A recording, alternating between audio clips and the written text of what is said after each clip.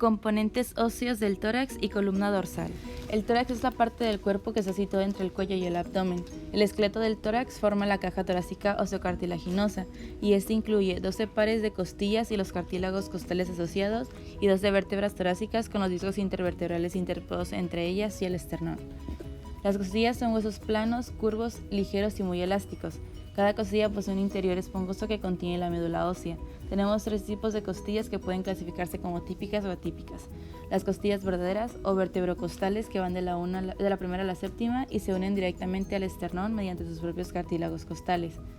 Tenemos las costillas falsas o vertebrocondrales que van de la octava a la décima y tienen cartílagos que se unen al de la costilla inmediatamente superior a ella. Tiene conexión con el esternón indirectamente. Y por último las costillas flotantes o libres, que a veces es la décima, la onceava y doceava. Los cartílagos rudimentarios que no se conectan con el esternón terminan en musculatura posterior del abdomen.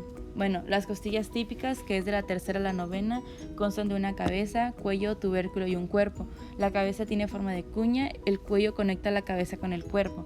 El tubérculo está en la unión del cuello y el cuerpo es delgado, plano y curvo.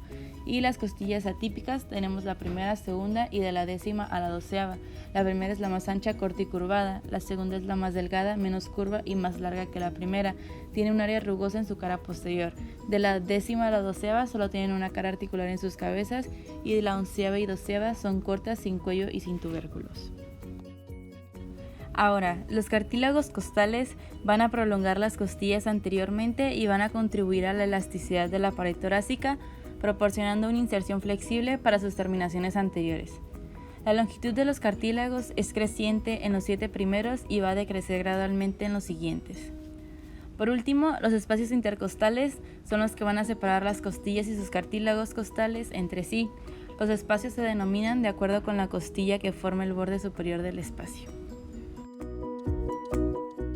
Bueno, ahora vamos a hablar del esternón. El esternón es un hueso plano y alargado verticalmente que forma la parte central de la porción anterior de la caja torácica. Este recubre directamente y protege las vísceras mediastínicas en general y gran parte del corazón en particular. El esternón consta de 3 porciones: el manubrio, el cuerpo y el proceso sifoides. El manubrio tiene forma más o menos trapezoidal y esta es la porción más ancha y gruesa de las 3 partes del esternón. El cuerpo es más largo, más estrecho y más delgado que el manubrio y está localizado a nivel de las vértebras T5 a la T9.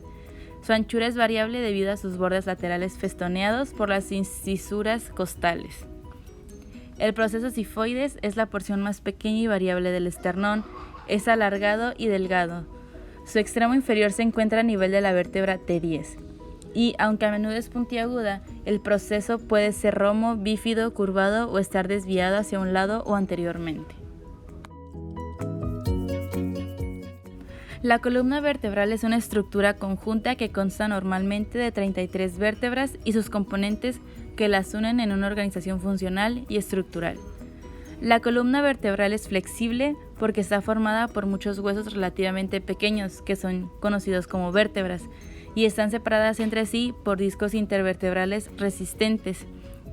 Las vértebras varían en su tamaño y otras características de una región de la columna vertebral a otra, y en menor grado dentro de cada región. El primer grupo de vértebras que tenemos son las vértebras cervicales, y aquí vamos a encontrar 7 vértebras. Las vértebras cervicales forman el esqueleto del cuello. Son las más pequeñas de las 24 vértebras móviles y están localizadas entre el cráneo y las vértebras torácicas. Su menor tamaño refleja el hecho de que soportan menos peso que las vértebras inferiores, cuyo tamaño es mayor. Aunque los discos intervertebrales cervicales son más delgados que los de las regiones inferiores, son relativamente gruesos en comparación con el tamaño de los cuerpos vertebrales que unen. La vértebra C1, también denominada atlas, es peculiar porque carece de cuerpo vertebral y de proceso espinoso. La vértebra C2, también denominada axis, es la más robusta de las vértebras cervicales. Es importante saber que la C1 soporta el cráneo y rota sobre C2. Bueno, aquí tenemos una tabla con las características de las vértebras cervicales. Encontramos que el cuerpo vertebral es pequeño y más ancho lateralmente que en sentido anteroposterior. La cara superior es cóncava con un proceso unciforme del cuerpo y la cara inferior es convexa. El foramen vertebral es grande y triangular Y los forámenes transversos y tubérculos anterior y posterior, las arterias vertebrales, así como los plexos venosos y simpático acompañantes, pasan a través de los forámenes transversos de todas las vértebras cervicales, a excepción de C7, que transmite solo pequeñas venas vertebrales accesorias. Las caras superiores dirigidas posterior-superiormente, caras inferiores dirigidas antero-inferiormente. Las caras dispuestas oblicuamente son en su mayoría casi horizontales en esta región. Los procesos espinosos son cortos en la C3 a la C5 y bífidos de la C3 a la C6. El proceso de C6 es largo, el C7 es el más largo. El siguiente grupo de vértebras son las vértebras torácicas. Las vértebras torácicas se hallan en la parte superior del dorso y proporcionan articulación a las costillas.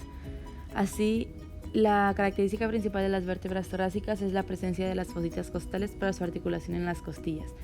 Las 4 vértebras torácicas medias de la T5 a la T8 presentan todas las características típicas de las vértebras torácicas.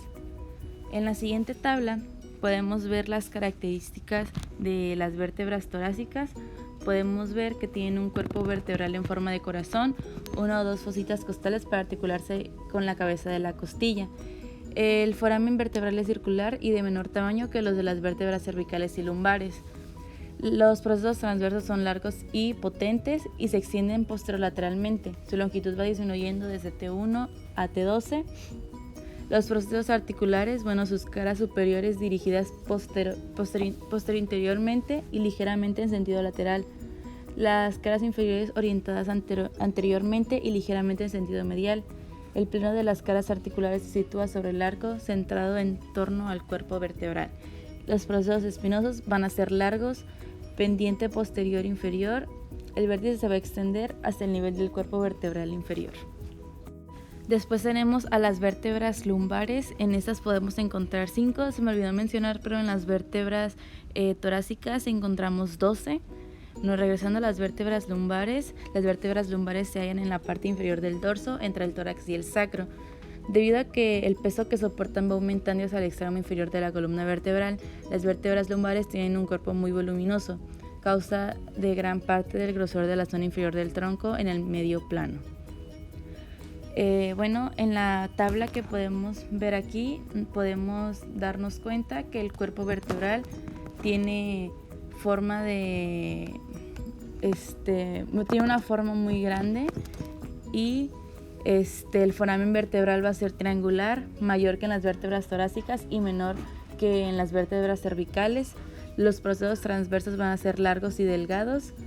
El proceso articular, sus caras articulares casi verticales, caras superiores dirigidas posteromedialmente, caras inferiores dirigidas anterolateralmente, el proceso mamilar en la cara posterior de cada proceso articular superior, y los procesos espinosos van a ser cortos y robustos, gruesos, anchos y en forma de hacha.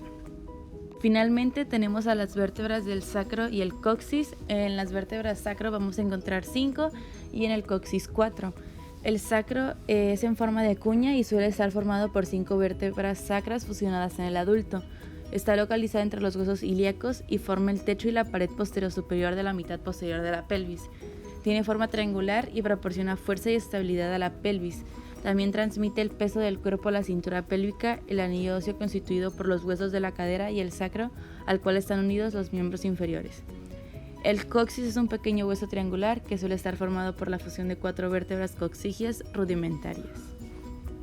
En la imagen podemos observar cómo están las 5 vértebras del sacro y en la parte inferior las 4 vértebras del coxis.